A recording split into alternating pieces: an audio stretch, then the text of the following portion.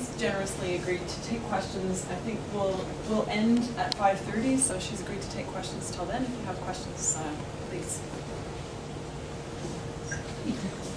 The last part, very nice presentation. Actually, a few things I finally got curious about your location, your spatial analysis, which is what I came here for. But that aside, the last bit you said about being evaluated for 25% for impact, that's scary.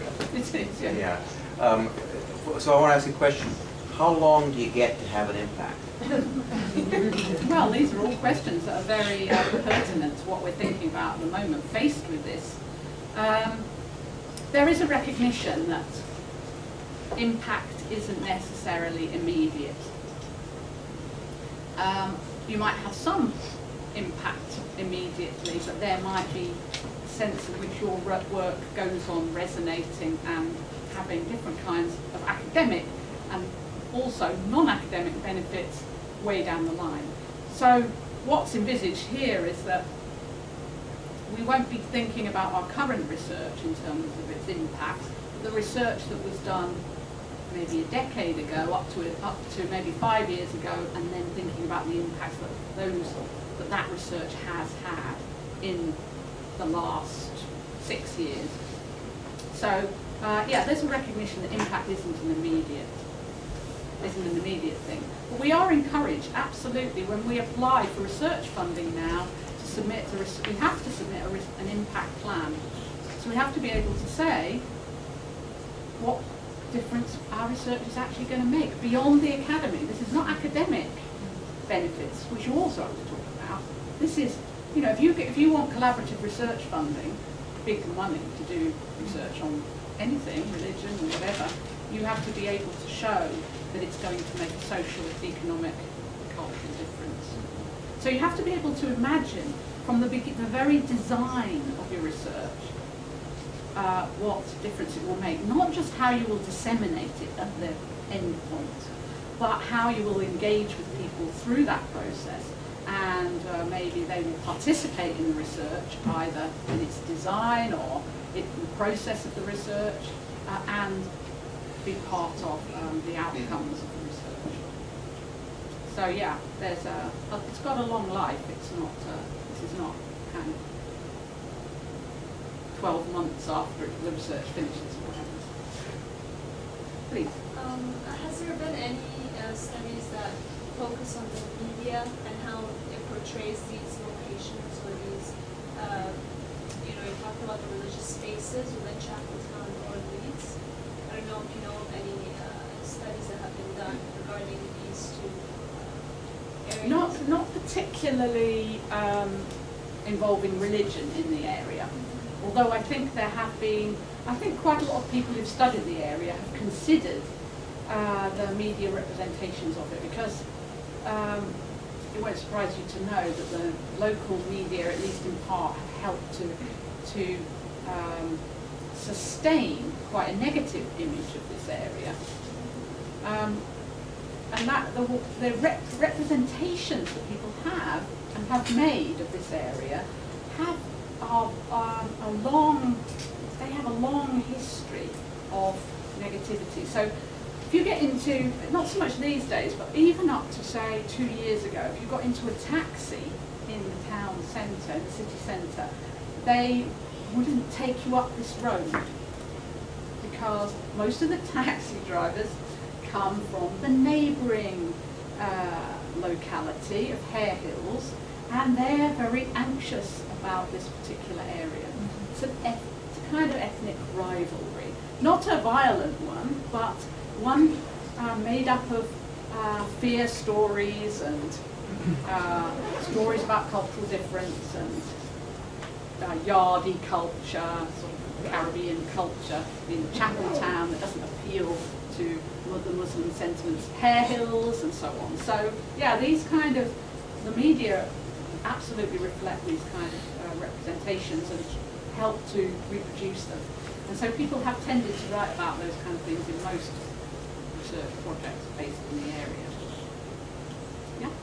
Yeah, fascinating presentation, and I would have later, well, have all sorts of questions. How do you involve undergraduate students? I mean, there's lots of practicalities that I guess we all want to know. But I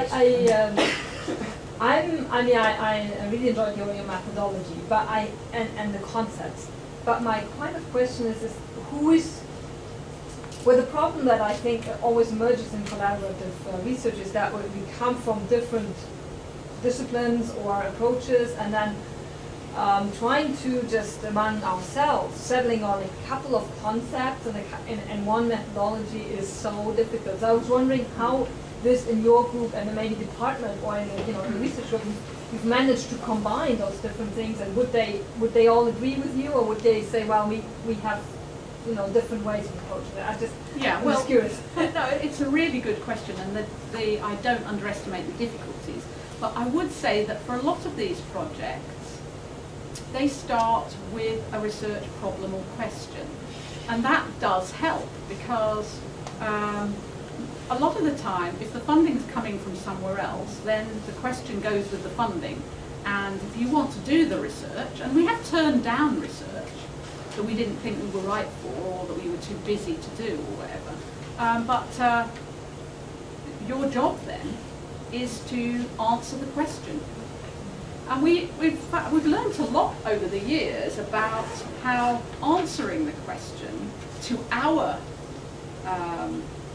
suit our sense of a good research project isn't always the same as answering the question for the local stakeholders, who often want very explicit recommendations on things. We had to really be taught, I would say, by some of our local organisations how to make recommendations.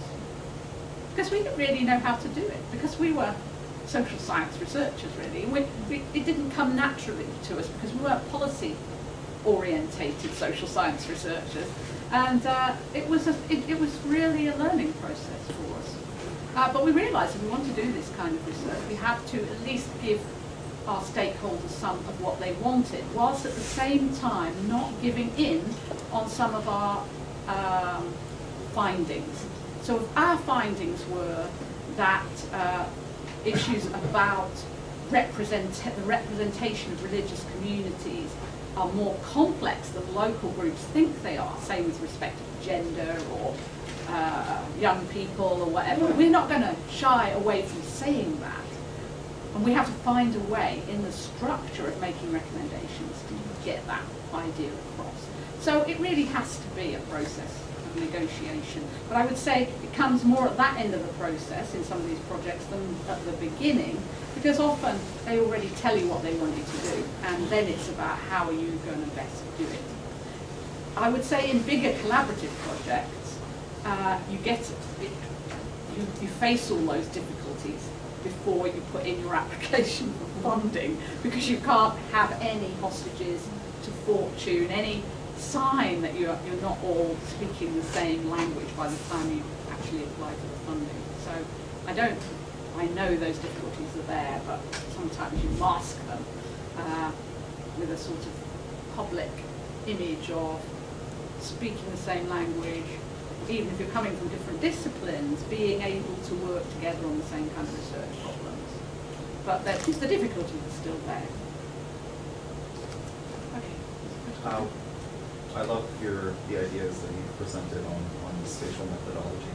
I just have one question. To what extent do you think the spatial methodology is dependent upon encounters of habitat rather than localities where there's a constant flux of traffic of people from, say, all around the world? My idea for this comes from pilgrimage sites in India, where you have a constant flux of people moving through and not staying for more than 2 to 3 days, and yet having this lasting impact upon the sacred space and competing in most instances. So, yeah. It's a good question.